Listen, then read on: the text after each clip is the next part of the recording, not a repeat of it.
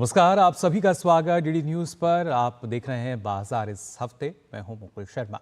बाजार इस हफ्ते में हम आपको बताते हैं कैसा रहा इस हफ्ते बाजार का हाल, और खासतौर से इस हफ्ते शेयर बाजार की जब हम बात करें तो कहीं ना कहीं गिरावट का दौर जो है वो देखने को मिला।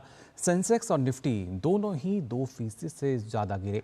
बाजार में गिरावट कमज़ोर नतीजों और विदेशी निवेशकों की बिकवाली की वजह से देखने को मिल रही है। इस हफ्ते के दौरान अगर हम बात करें यानी पूरे सप्ताह में सेंसेक्स करीब 1822 अंक यानी 2.24% की गिरावट के साथ 79,403 के स्तर पर बंद हुआ। और वहीं निफ्टी 50 की अगर हम बात करते हैं तो ये करीब 673.25% यानी 2.7% की गिरावट के साथ 24,181 के स्तर पर बंद हुआ। अक्टूबर के महीने में ही सेंसेक्स और जो निफ्टी हैं इन दोनों में 6% से ज़्यादा की गिरावट दर्ज की गई है। और ऐसे में कहीं ना कहीं जो निवेशक हैं वो थोड़े से व्यथित हैं, परेशान भी हैं। लेकिन निवेश के लिहाज से ऐसे में कौन सा सेक्टर आपको बेहतर रिटर्न दे सकता है और आपको किस तरफ जो बाजार है वो जाता हुआ नज़र आएगा, इस सब पर हम चर्चा करेंगे। लेकिन अगर आपके मन में भी कोई सवाल है या जानना चाहते हैं शेयर मार्केट का हाल कैसी रहेगी, स्टॉक्स की चाल, कहाँ निवेश करना होगा मुनाफे का सौदा, इन तमाम सवालों के जवाब देंगे हमारे साथ जुड़े मार्केट विशेषज्ञ। और इसके लिए आपको बता दें, आप अपने जो सवाल है वो पूछ सकते हैं हमारे जो नंबर्स हैं इन पर कॉल करके। ये नंबर हैं 011233873031, साथ ही 0112309767 इन नंबर्स पर आप हमें कॉल कर सकते हैं। नंबर लगातार टीवी स्क्रीन पर भी फ्लैश किए जाएंगे। और आपके सवालों के जवाब देने के लिए जो खास मेहमान आज जो हमारे साथ मौजूद हैं उनका परिचय आपसे करा दें। हमारे साथ मौजूद हैं डॉक्टर एनसी माहेश्वरी जी, अध्यक्ष हैं फारसाइट ग्रुप के। बहुत बहुत स्वागत आपका डॉक्टर एनसी माहेश्वरी। तो यहाँ सबसे पहले आपसे मैं जानना चाहूँगा, क्योंकि इस हफ्ते हमने देखा है जो बाजार है किस तरीके से गिरावट का जो दौर है वो देखने को मिला, और इतनी बड़ी गिरावट की उम्मीद तो जाहिर तौर पर किसी ने भी नहीं की थी, और ख़ासतौर से जब त्योहारी सीज़न चल रहा है। लेकिन इसकी जो बड़ी वजह है वो किसको आप मानते हैं माहेश्वरी जी? देखिए, जब भी इतनी बड़ी गिरावट होती है, और हमने देखा है कि अगर हम टॉप 15 सेक्टर की बात करें उसमें कम से कम 13 सेक्टर्स में बहुत मेजर गिरावट है।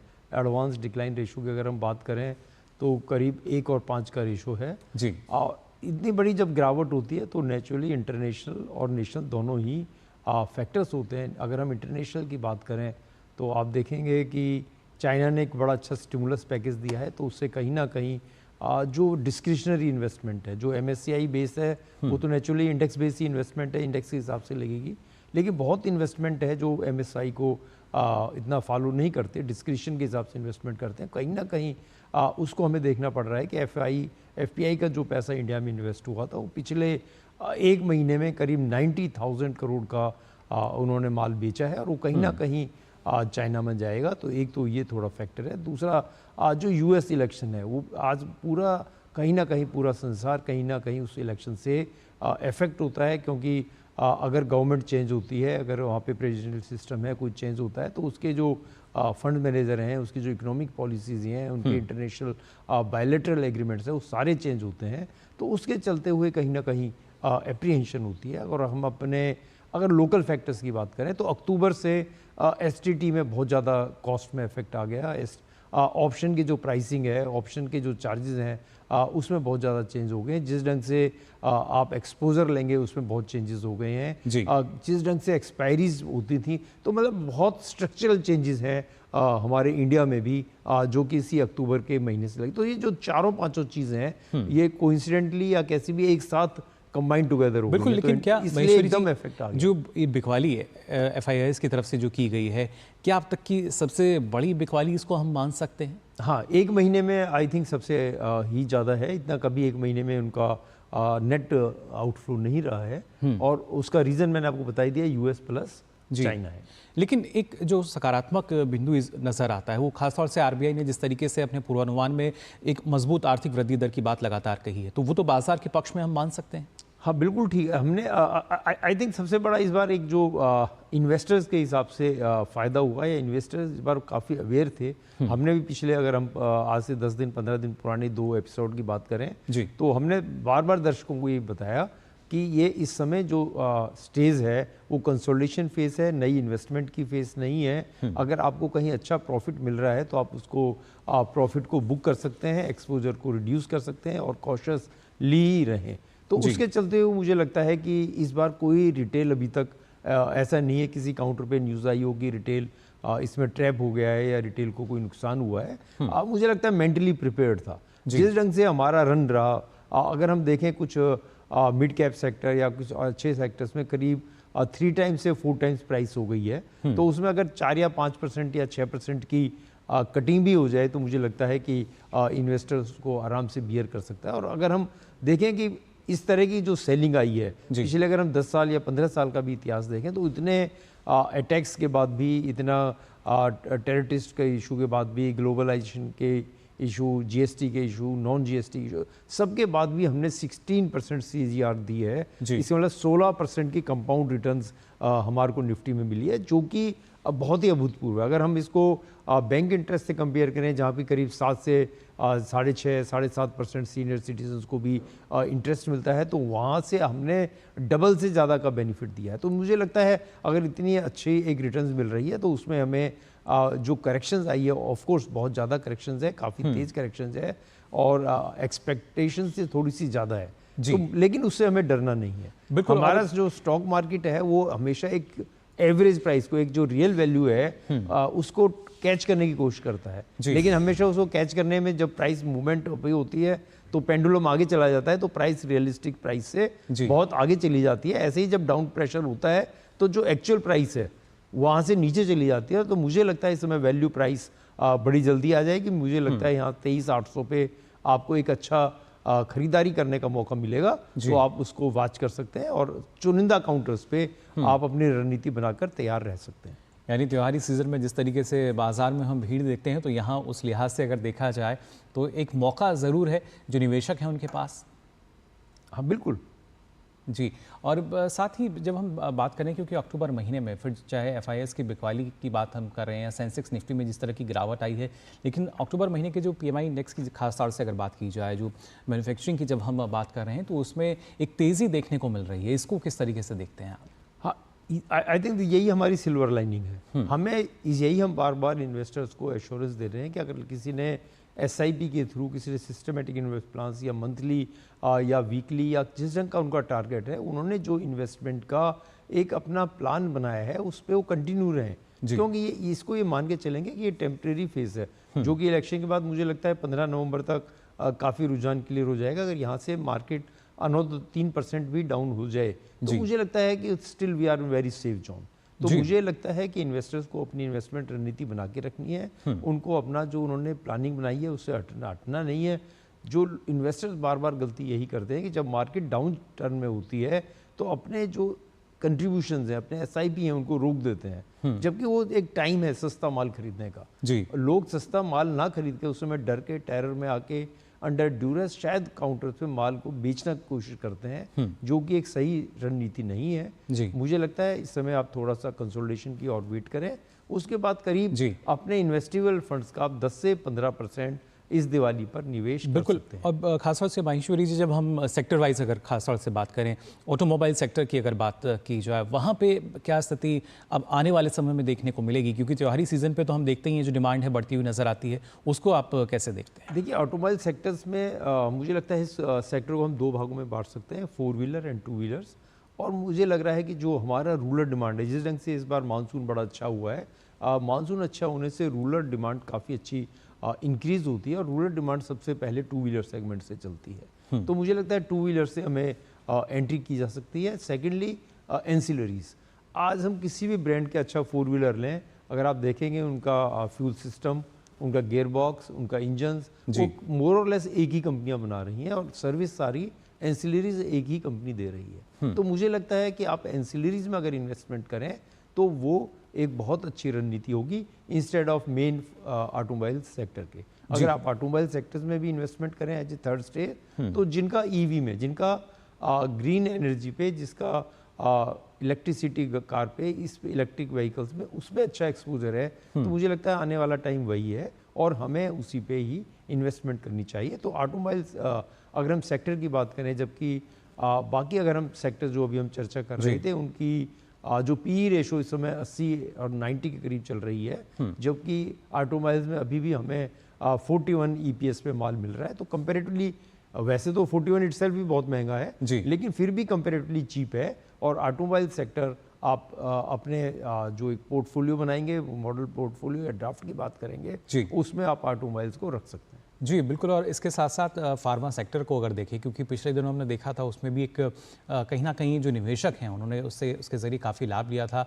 अब क्या स्थिति फार्मा सेक्टर में नजर आई? देखिए, फार्मा एंड हेल्थ केयर हमेशा एक डिफेंसिव सेक्टर रहा है। जब कहीं भी मार्केट पर प्रेशर आता है, मार्केट डाउनवर्ड्स होती है, तो ये सेक्टर हमेशा उसको सपोर्ट करता है। अगर हम आज भी इसके अर्निंग की बात करें, ईपीएस की बात करें, अगर रिलेटिवली कॉस्टलियर सेक्टर की बात करें, तो मुझे लगता है कि इसमें काफ़ी स्कोप है। चाहे हम मेडिकल टूरिज्म के थ्रू इनफ्लो की बात करें, चाहे हम एक जनरल लोगों को अवेयरनेस की बात करें, या गवर्नमेंट ने जो इनिशिएटिव दिया है, आज प्राइवेट सेक्टर में भी मोर और लेस हर गवर्नमेंट एम्प्लॉई रिलेटिवली खर्चा कर सकता है, वहाँ से अपना इलाज कर सकता है। वो खाली ईएसआई या गवर्नमेंट डिस्पेंसरी पर डिपेंडेंट नहीं है। तो इसके चलते हुए जो प्राइवेट हेल्थ केयर कंपनीज हैं, मुझे लगता है उनको ग्लोबली रिकॉग्निशन तो है ही है, लोकल डोमेस्टिक पेशेंट्स भी मिलेंगे, और इनके चलते हुए उनका जो प्रॉफिट है, उनका जो वॉल्यूम है, वो कंटिन्यूसली ग्रोथ दिखाएगा। आप किसी भी अच्छे हॉस्पिटल की चेन में इन्वेस्टमेंट कर सकते हैं, अच्छी ड्रग कंपनीज में, अच्छा फार्मास्यूटिकल कंपनीज में इन्वेस्ट कर सकते हैं, क्योंकि अब हमारी जो पॉपुलेशन है वो हेल्थ कॉन्शियस हो गई है। खाली हम इलाज के लिए नहीं कर रहे हैं, अब वेलनेस इंडस्ट्री इटसेल्फ एक बहुत बड़ी इंडस्ट्री बन गई है, जहाँ की हम हेल्थ केयर की भी बात कर रहे हैं। खाली इसलिए मतलब प्रिवेंटिव जो मेडिसिन है उसका भी, प्रिवेंटिव सेक्टर का भी बहुत बड़ा रोल है।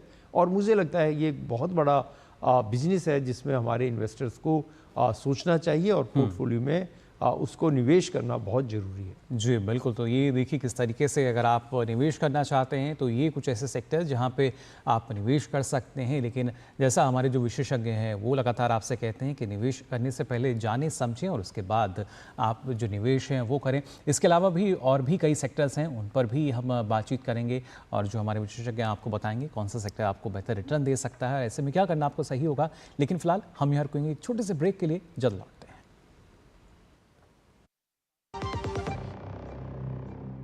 बेटियां घर की रौनक हैं। बेटियां घर संवारती हैं। बेटियां पीढ़ियां सजाती हैं। बेटियां घर की बुनियाद कहलाती हैं। बेटियों को सलाम करता है मोंगिया स्टील, स्टील का बादशाह। एक ऐसा तबका जो रिटायरमेंट के बारे में आज भी बिल्कुल नहीं सोचता, वो है औरतें। औरतें कमा के भी वनरेबल हैं। सो एनपीएस एक इक्वालिटी ला रहा है, हम सब एक बराबर प्लेटफॉर्म पे हैं। अपने बेहतर कल को सुनिश्चित करने के लिए एनपीएस जरूरी है। बात जब पीढ़ियों के लिए बनने वाले घर की हो तो जिम्मेदारी बड़ी हो जाती है। गैलेंट समझता है ये जिम्मेदारी। अब डबल एम रिब्स के साथ गैलेंट एडवांस टीएमटी रीबार, निर्माण का रियल हीरो। तो ब्रेक के बाद आप सभी का एक बार फिर स्वागत। आप देख रहे हैं बाजार इस हफ्ते, जहां लगातार आपको हम बता रहे हैं कि इस हफ्ते जो गिरावट का दौर हमने देखा है बाजार में, उसके पीछे क्या वजह रही और आने वाले समय में जो पूरा मार्केट है, जो बाजार है, वो किस तरफ बढ़ता हुआ नजर आएगा। हमारे साथ डॉक्टर एनसी महेश्वरी मौजूद हैं, लगातार हमारे सवालों के जवाब भी दे रहे हैं। और यहाँ खासतौर से डॉक्टर महेश्वरी, कुछ और जानकारी आपसे मैं लेना चाहूँगा। पिछले हफ्ते हमने देखा था, ये कहा जा रहा था कि जो खासतौर से स्मॉल कैप की बात की जाए, मिड कैप की बात की जाए, तो वहाँ निवेश जो है वो सुरक्षित था। और लेकिन अब इस हफ्ते हमने देखा कि चाहे लार्ज कैप हो, मिड कैप हो, स्मॉल कैप हो, तो कहीं ना कहीं एक झटका जो है वो ज़रूर निवेशकों को लगा है। बिल्कुल ठीक है। मेरे को ये लगता है कि कहीं ना कहीं मार्केट ओवर हीटेड थी जी, और उसमें एक करेक्शन आना लाजमी था, और करेक्शन ओवर ड्यू था। तो अगर करेक्शन आ गया है तो ये बड़ी हेल्दी करेक्शन है। मार्केट में हमेशा थोड़ा सा तो लगता है, बट ये कि it is a entry point. हमें ये देखना पड़ेगा कि अगर आपको एक अच्छी करेक्शन मिल रही है तो क्या हम इसको कैलामिटी की जगह एज एन अपॉर्चुनिटी यूज़ कर सकते हैं, क्या हम अपनी स्ट्रेटेजी बनाकर इसमें एंट्री कर सकते हैं। देखिए, जो मार्केट वेगरीज हैं, मार्केट वॉलेटिलिटी जो है और मार्केट जो स्पेकुलेशन है, वही हमारी ब्लड लाइन है। अगर हमारी मार्केट में स्पेकुलेशन नहीं होगी, अगर ये वेगरीज और ऊपर नीचे उतार चढ़ाव नहीं होगा, तो इन्वेस्टर्स इसमें एंट्री नहीं करेगा। वो तो फिर एक बैंक में एफडी बनाए और स्टॉक मार्केट में निवेश करें, उसमें कोई अंतर नहीं रह पाता है। तो मुझे लगता है कि हमें ये समझना पड़ेगा कि जो स्पेकुलेशन है वो मैनिपुलेशन नहीं है। अगर हमारे को एक माइंड फ्रेम है शायद स्पेकुलेशन है, तो कहीं मैनिपुलेशन हो रही है। स्पेकुलेशन हेल्दी भी हो सकता है, जहां एक बायर और सेलर अपना अपना व्यूज मार्केट पे लेते हैं। कई लोगों को लगता है, जैसे आपने पीएमआई की बात की कि पीएमआई बड़ी अच्छी आई है, आरबीआई ने सपोर्ट की बात करी है, इंटरेस्ट रेट जो हमारे फर्म थे कहीं ना कहीं एक एश्योरेंस है, लोगों को लग रहा है जिस ढंग से हमने इन्फ्लेशन पे कंट्रोल किया है कि कहीं ना कहीं इंटरेस्ट रेट में हमें थोड़ा सा बेनिफिट मिलेगा और इंटरेस्ट रेट रिड्यूस हो सकते हैं। तो इससे मतलब हमारे जो आज मैक्रो पॉइंट्स हैं वो सारे के सारे इंडिया की इंडस्ट्री के फेवर में है। पीएलआई स्कीम की बात करें या गवर्नमेंट के टैक्सेशन पॉलिसी की बात करें, तो एक ग्रुप ये व्यू ले सकता है कि मार्केट बहुत बढ़ने वाली है जी। दूसरा ग्रुप है वो ये व्यू लेगा कि चाइना में हमारा पैसा डाइवर्ट हो सकता है, हमारे को यूएसए में इलेक्शन के रिजल्ट पे सारी इन्वेस्टमेंट डिपेंड होगी। जो जिस ढंग से ईरान और इजराइल का कन्फ्लिक्ट हुआ है, इससे ग्लोबल जो ऑयल सप्लाई है, वो चेन है, वैल्यू चेन है, सप्लाई चेन है, उस पर इफेक्ट आ जाएगा। तो एक नेगेटिव व्यू ले सकते हैं। तो अल्टीमेटली एक क्यूमुलेटिव इफेक्ट है, जहाँ एक बियर है एक बुल है। कोई आदमी मार्केट को सोच रहा है कि मार्केट डाउन जाएगी, दूसरा सोच रहा है कि मार्केट बहुत अच्छी आएगी, और उसी का ही नेट इफेक्ट हमारी स्टॉक मार्केट है। तो ये दोनों लोग एक तरह से स्पेकुलेट कर रहे हैं, ठीक है। तो इसलिए हमें हेल्दी स्पेकुलेशन को और हेल्दी कंपटीशन को पार्टिसिपेट करना है, उस पर कोई रेस्ट्रिक्शन या उससे कोई घबराने की बात नहीं है। हमें यही समझना है कि अगर हम लॉन्ग टर्म इन्वेस्टमेंट है और टाइम के साथ चलें, हम ये नहीं कह रहे किसी को फॉलिंग नाइफ को पकड़ें। अगर फॉलिंग नाइफ को आप कैच करने की कोशिश करेंगे तो यू कैन गेट इंजर्ड। तो हमारा सिंपल सा है कि मार्केट अब जब डाउनवर्ड ट्रेंड है, आप थोड़ा सा धैर्य रखिए, थोड़ा सा समझिए। जो सेक्टर्स हमने डिस्कस किए हैं, हर बार दूरदर्शन के माध्यम से हम नई नई इंफॉर्मेशन इन्वेस्टर्स को भेज ही रहे हैं, बता ही रहे हैं, उस पर अमल करें, देखें, ना वो घबरा कर काम करें और ना ज़्यादा एग्रेसिवली काम करें। इन्वेस्टमेंट को इन्वेस्टमेंट की तरीके से ही करें, तो एक बैलेंस्ड वे में यानी हम उसको कर सकते हैं। और खास तौर से हर बार हम देखते थे डॉक्टर महेश्वरी के जो बैंकिंग सेक्टर है वो भी सुरक्षित माना जाता था निवेश के लिहाज से। वहाँ की अगर बात की जाए तो क्या स्थिति है इस बार, और आगे क्या स्थिति हम उम्मीद करके चल सकते हैं? हमारा जो निफ्टी या सेंसेक्स का जो कॉन्स्टिट्यूशन है, उसमें 35% बैंकिंग एंड फाइनेंशियल सेक्टर का कंट्रीब्यूशन है। इसका मतलब है अगर निफ्टी को परफॉर्म करना है, अगर सेंसेक्स को, हमारे सेक्टर्स को, हमारी स्टॉक मार्केट को अपवर्ड जाना है, तो बिना फाइनेंस और बैंकिंग सेक्टर के कंट्रीब्यूशन के ये आगे नहीं बढ़ सकती है। और हमने अभी भी देखा कि पिछले इतनी जो करेक्शन हुई उसमें प्राइवेट बैंकिंग में कोई मेजर करेक्शन नहीं हुई। आप एक्सिस बैंक की बात करें, आईसीआईसी की बात करें, वो अपना काउंटर काफ़ी ढंग से मेंटेन करके रखे। इंडस्ट्रियल में जो गिरावट देखने को मिली, एक बड़ी गिरावट और बड़ी गिरावट देखने को मिली, वो डायरेक्ट उनके रिजल्ट के अनुसार थी। बिकॉज मार्केट एक ट्रिगर पॉइंट पे बैठा हुआ था, और जैसे ही उन्हें नेगेटिव न्यूज़ मिली कि रिजल्ट्स खराब है, तो उस पर एकदम एग्रेसिवली सेलिंग हुई। लेकिन ओवरऑल अगर हम बात करें, चाहे वो पीएसयू बैंक है या वो प्राइवेट सेक्टर बैंक है, मुझे लगता है उसमें रिस्क रिवार्ड रेशो बहुत अच्छी है। उसमें भी एज ए हम थर्ड काउंटर, दो हम सेक्टर्स की पहली बात कर चुके हैं, थर्ड एंट्री हम बैंकिंग एंड फाइनेंशियल सेक्टर में ले सकते हैं, फाइनेंशियल सर्विसेज में ले सकते हैं। लास्ट टाइम भी हमने बात करी थी कि जहाँ फाइनेंशियल सर्विसेज इन्वॉल्व है, उसमें कॉस्ट ऑफ जो मार्जिनल कॉस्टिंग है, अगर हम एक नए इन्वेस्टर को सर्व करते हैं, एक नए क्लाइंट को सर्व करते हैं, तो मार्जिनल कॉस्ट बहुत कम है, लेकिन सेल वैल्यू उतनी है, तो उससे प्रॉफिट बहुत अच्छा हुआ। चाहे हम सीडीएसएल की बात करें, चाहे हम कैम्प्स की बात करें, चाहे हम बॉम्बे स्टॉक एक्सचेंज के शेयर्स की बात करें, जहां या इंश्योरेंस की बात करें या बैंकिंग सेक्टर, तो मुझे लग रहा है एज ए थर्ड काउंटर हमें फाइनेंशियल सर्विसेज को अपने पोर्टफोलियो में लेना चाहिए, और उसके लिए तैयार होना चाहिए कि इस दिवाली हम कौन से फाइनेंशियल सर्विस पे अपना एक्सपोजर ले सकते हैं। जी, और इसके साथ साथ क्या जो पावर एनर्जी सेक्टर है वहाँ से भी कुछ एड ऑन कर सकते हैं हम पोर्टफोलियो में? देखिए, पावर एनर्जी पिछले हम एक साल से काफ़ी चर्चा कर रहे हैं, लोगों ने ऑलरेडी इस पर काफ़ी एक्सपोजर लिया हुआ है।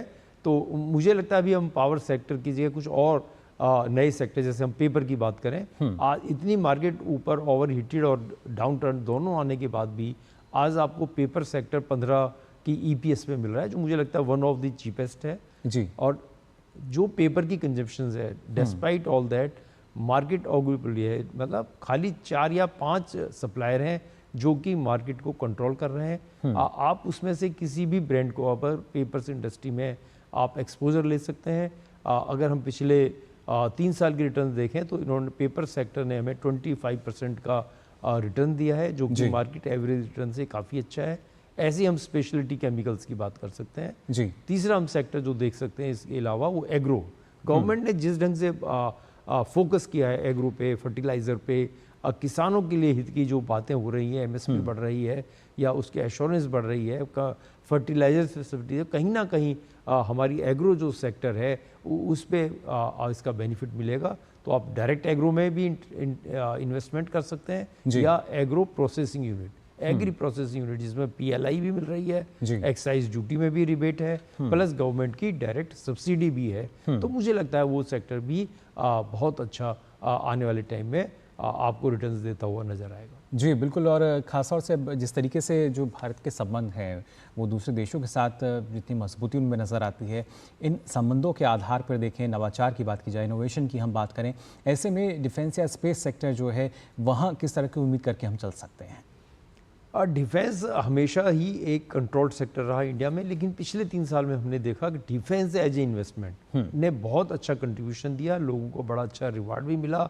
और जिस ढंग से हमारे बने हुए एम्यूनिशन की, जो कि लो कॉस्ट पे मोस्ट इफेक्टिव एम्यूनिशन था, उसको पूरे वर्ल्ड ने सराहना की। और उसके चलते मुझे लगता है कि इंडिया को एक अच्छी एंट्री मिल गई है, एक ऐसा सेक्टर मिल गया है जिसमें ज़्यादा कंपटीशन नहीं है। और जितनी भी हमारे आसपास की थर्ड वर्ल्ड कंट्रीज़ हैं, एशियन कंट्रीज़ हैं, अफ्रीकन कंट्रीज़ हैं, मुझे लगता है जो हम डिफेंस सिस्टम प्रोवाइड कर सकते हैं उतना कोई, बट फिर भी एक लॉन्ग गेस्टेशन पीरियड है। आज हम मझगांव डाक की बात करें, मुझे लगता है उससे अच्छा कोई शेयर हो ही नहीं सकता। बट क्या अभी भी इतनी करेक्शन के बाद भी उसकी प्राइस 4000 है, तो कई बार लोगों को लगता होगा कि शायद इतना महंगा सेक्टर लें ना लें। अगर हम BEL की बात करें तो उसका जो डिफेंस रडार सिस्टम है आज वर्ल्ड में सबसे टॉप है। आप भारत एरोनॉटिक्स की बात करें, हिंदुस्तान एरोनॉटिक्स में कि जो भी ये 3-4 हमारे डायनेमिक्स हैं जितने डिफेंस के हैं, मुझे लगता है कि बहुत अच्छा सेक्टर है। स्लाइटली बहुत अपरन रहा तो थोड़ा सा कॉस्टली है। इतनी करेक्शन के बाद भी मैंने देखा कि अभी अगर हम पिछले 2 महीने की बात करें तो डिफेंस में करीब 22% की करेक्शन हो चुकी है। और मुझे लगता है नेक्स्ट कुछ दिनों में 7-8% की करेक्शन इस सेक्टर में होके जब एक बार 30% के करीब करेक्शन पे आ जाएगा तो ये बहुत ही अच्छा ल्योरिंग इन्वेस्टमेंट डेजिग्नेशन आपका बन जाएगा। और इस डेस्टिनेशन को भी हम अपने पोर्टफोलियो में बाद में कंसीडर कर पाएंगे। जी बिल्कुल, और डॉक्टर महेश्वरी, आप हमेशा कहते हैं कि जो भी हमारी इन्वेस्टमेंट है, जो निवेश हम कर रहे हैं, उसका उसका बैलेंस होना बेहद ज़रूरी है, उसका सही रेशो होना चाहिए, ना सिर्फ शेयर मार्केट में बल्कि जिस तरीके से म्यूचुअल फंड में भी अब जो लोगों का रुझान बढ़ा है, उसको देखते हुए क्या उनको सलाह देना चाहेंगे आप? देखिए, हमें देखना पड़ेगा कि हमारा जो इन्वेस्टर है, हर इन्वेस्टर A और B इन्वेस्टर एक जैसे नहीं है, उनका रिस्क प्रोफाइल अलग है, उनकी एज अलग है, उनकी earning capacity, risk bearing capacity अलग है। तो डिफरेंट हमें पहले समझना पड़ेगा कि क्या मैं एक ट्रेडर हूँ या मैं इन्वेस्टर हूँ, क्या मैं एक वेल्थ क्रिएट करना चाह रहा हूँ या मैं खाली थोड़ी सी एक साइड इनकम को लेना चाह रहा हूँ। दोनों के लिए अलग अलग स्ट्रेटजीज हैं, अलग अलग इन्वेस्टमेंट मॉडल है। लेकिन जब हम एज ए ब्लॉक हम लॉन्ग टर्म इन्वेस्टर की बात कर रहे हैं, एक साधारण सिंपल इन्वेस्टर की बात कर रहे हैं जिस पर लिमिटेड रिसोर्सेज हैं और वो रिस्क भी ज़्यादा नहीं ले पाता, तो मुझे लगता है सबसे पहले इनिशियल एंट्री उसको जो करनी है वो IPO मार्केट से या म्यूचुअल फंड के थ्रू कर सकता है। म्यूचुअल फंड में कम से कम एक डाइवर्सिफाइड रिस्क होता है। अल्टीमेटली म्यूचुअल फंड का मतलब ये ना समझें कि उसमें रिस्क नहीं है। अगर मार्केट डाउन होगी, जैसे अभी मार्केट में 10% करेक्शन हुई है, तो म्यूचुअल फंड में भी करेक्शन हुई होगी, लेकिन कंपैरेटिवली करेक्शन कम होगी। और जिस समय मार्केट अप ट्रेंड लेगी तो म्यूचुअल फंड में शायद उसको बेटर रिटर्न देखने को मिलेगी। तो मार्केट से जो रिस्क है कंपैरेटिवली म्यूचुअल फंड में कम है। थर्ड ये है कि उसको मिड कैप में को अवॉइड करना चाहिए और स्मॉल कैप को अवॉइड करना चाहिए, क्योंकि इनका हम टेक्निकली जिसको हम बीटा बोलते हैं, मार्केट अगर 5% डाउन होगी तो ये जो शेयर्स हैं वो 15 से 20% डाउन होंगे। जैसे अभी हम निफ्टी की बात करें तो हमने देखा कि निफ्टी में करेक्शन करीब 8% हुई है, लेकिन अगर हम इनकाउंटर्स पे बात करेंगे तो आप देखेंगे कि वहाँ 30% की करेक्शन हो गई है। तो 30% करेक्शन जो होती है वो बड़ा डीप हर्ट है, उसी रेशो में जाहिर तौर पर दिखता है। और एक आखिरी सवाल बस आपसे कि जो आने वाला सप्ताह है, क्योंकि जाहिर तौर पर जो त्योहारी सीज़न है, त्यौहार हैं अगले सप्ताह, ऐसे में किस तरह का सुधार हम उम्मीद कर सकते हैं बाजार में? देखिए, एज ए त्यौहार थोड़ी सी बाइंग हो सकती है, लेकिन मुझे लगता है कि मेजर जो हमारा रिवर्सल होगा वो पोस्ट US इलेक्शन ही होगा। तो मुझे लगता है कि इस तौर पे जो अभी मार्केट चल रही है, क्योंकि उससे पहले हमारी एक्सपायरी भी होगी थर्सडे को, तो उस तक मार्केट जिस ढंग से हाई वॉलेटिलिटी चल रही है, हाई वॉलेटिलिटी ही चलेगी। जो नेक्स्ट डायरेक्शन है वो मुझे लगता है करीब 15 नवंबर से शुरू होगी। तो 15 नवंबर तक आपको अपनी रणनीति बना के रखनी है, पेपर ट्रेडिंग करनी है, समझ के अपनी प्लानिंग रखनी है, लेकिन इन्वेस्टमेंट आपको अराउंड 15 नवंबर ही शुरू करनी है। चलिए, बिल्कुल। तो यानी इन तमाम बातों का ख्याल रखना होगा, सोच समझ के जो निवेश है वो आप करें। फिलहाल डॉक्टर महेश्वरी, आपका बहुत बहुत शुक्रिया हमारे साथ इस चर्चा में शामिल होने के लिए और हमारे जो खासतौर से दर्शक हैं उनको ये जानकारी देने के लिए। तो जाना आपने भी किस तरीके से निवेश की जब बात की जाती है कई बातें ऐसी हैं जिनका ध्यान रखना बेहद ज़रूरी है। और भले ही ये जो सप्ताह है इसमें हमने देखा है गिरावट का दौर रहा, लेकिन जो आने वाला समय है उसमें एक बेहतर उम्मीद करके हम चल सकते हैं। और ये ज़रूरी कि आप पूरी तरीके से जागरूक रहें, तमाम चीज़ों को समझें और उसके बाद ही निवेश जो है उसमें आगे बढ़ें। और ख़ासतौर से खबरों की दुनिया से जुड़े रहने के लिए अब आप डीडी न्यूज़ की जो खबरें और अपडेट्स हैं वो यूट्यूब, फेसबुक, ट्विटर और इंस्टाग्राम पर हमारी वेबसाइट पर भी ये देख सकते हैं। आप इन्हें फॉलो करें और सब्सक्राइब कर सारी जानकारी आप ले सकते हैं। तो फिलहाल के लिए आज बाजार इस हफ्ते में बस इतना ही। मुझे दीजिए अनुमति। नमस्कार।